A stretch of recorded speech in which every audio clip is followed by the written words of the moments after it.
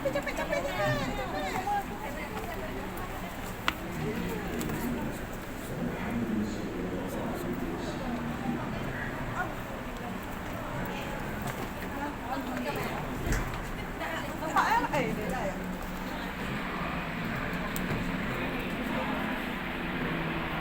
siapa? Tangan awak?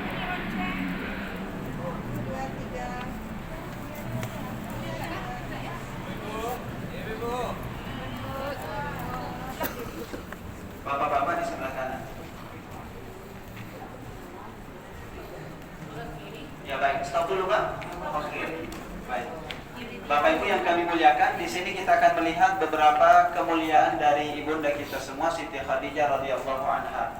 Yang pertama, di bagian belakang kita bisa melihat bahwasanya nasab beliau, keturunan beliau berjumpa dengan nasab Nabi kita Muhammad SAW di kakek Nabi yang kelima yang bernama Qusay bin Kilab. Ya. Kemudian beliau adalah wanita yang memiliki nasab yang paling mulia serta keturunan yang paling mulia dan juga memiliki banyak sekali harta benda. Dengannya sebagian orang-orang kafir Quraisy di masa jahiliyah ingin melamar Khadijah. Tetapi Khadijah tidak menerima lamaran mereka dan hanya menerima lamaran dari Nabi kita Muhammad SAW. Kemudian di sini Ibu sekalian kita bisa melihat bahwasanya Nabi SAW menikahi Khadijah ketika Nabi berusia 25 tahun. Dan semua keturunan dari Nabi kita Muhammad SAW lahir dari rahim Khadijah kecuali anak beliau yang bernama Ibrahim lahir dari istri Nabi SAW yang bernama Maryam Al-Qibtiyah, dan beliau adalah wanita yang telah membantu dakwah Islam baik dengan wanita adalah Maryam bintu Imran, sebaik-baik wanita adalah Khadijah bintu Khuwailid. Kemudian Khadijah juga mendapatkan salam dari malaikat Jibril dan juga salam langsung dari Allah Subhanahu wa taala. Ketika malaikat Jibril bersama dengan Nabi SAW, Khadijah masuk membawa bejana berisi makanan dan minuman.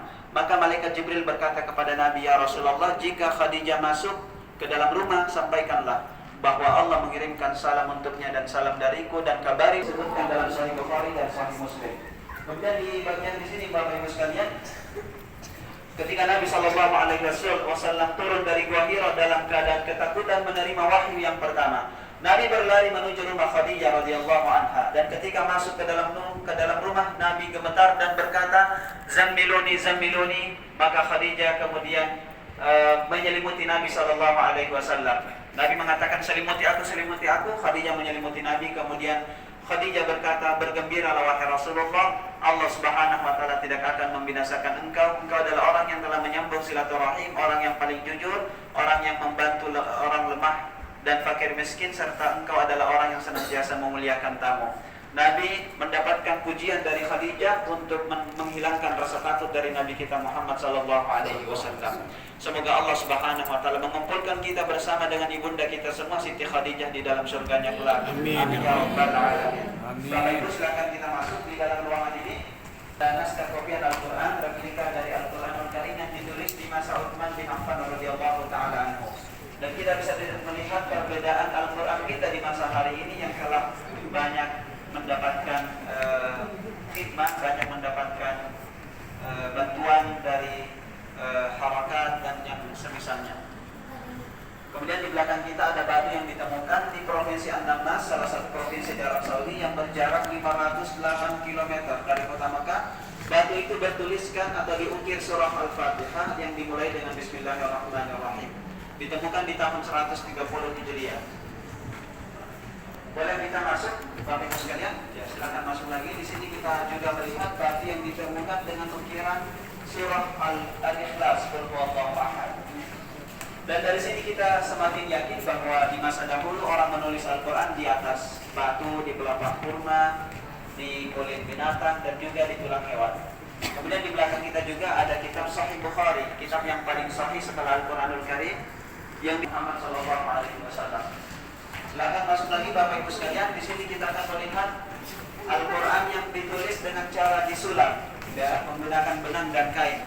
Ini bukan kertas Bapak Ibu sekalian, ini kain. Disulam oleh seorang wanita berkebangsaan Pakistan bernama Nasim Akhtar.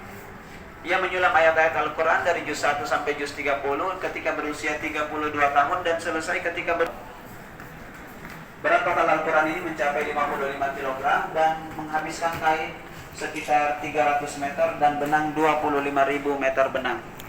Dan penulisnya sampai hari ini masih hidup. Beliau menghadiahkan Al-Quran ini ke pemerintah Arab Saudi yang hari ini dipajang dalamnya. Dan alhamdulillah kita telah sampai di bagian akhir dari musim wahyu, dan di sini kita akan melihat rute menuju puncak Gunung Jabal Nur dan Gua Hira. Dimulai dari sini sampai mutar nanti di bagian atas, dan puncak Gunung Jabal Hira adalah puncak yang kedua. Disitulah Gua Hira, tempat Nabi Muhammad SAW bertemu dengan malaikat Jibril, Sayyidul Malaikah, pemimpin para malaikat, dan menerima wahyu yang pertama.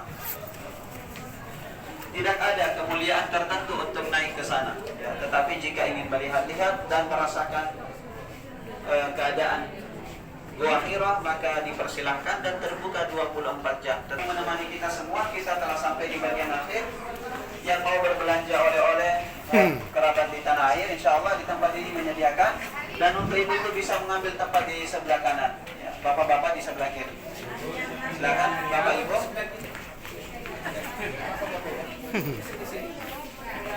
Biar ini yang happy ending nih. Maju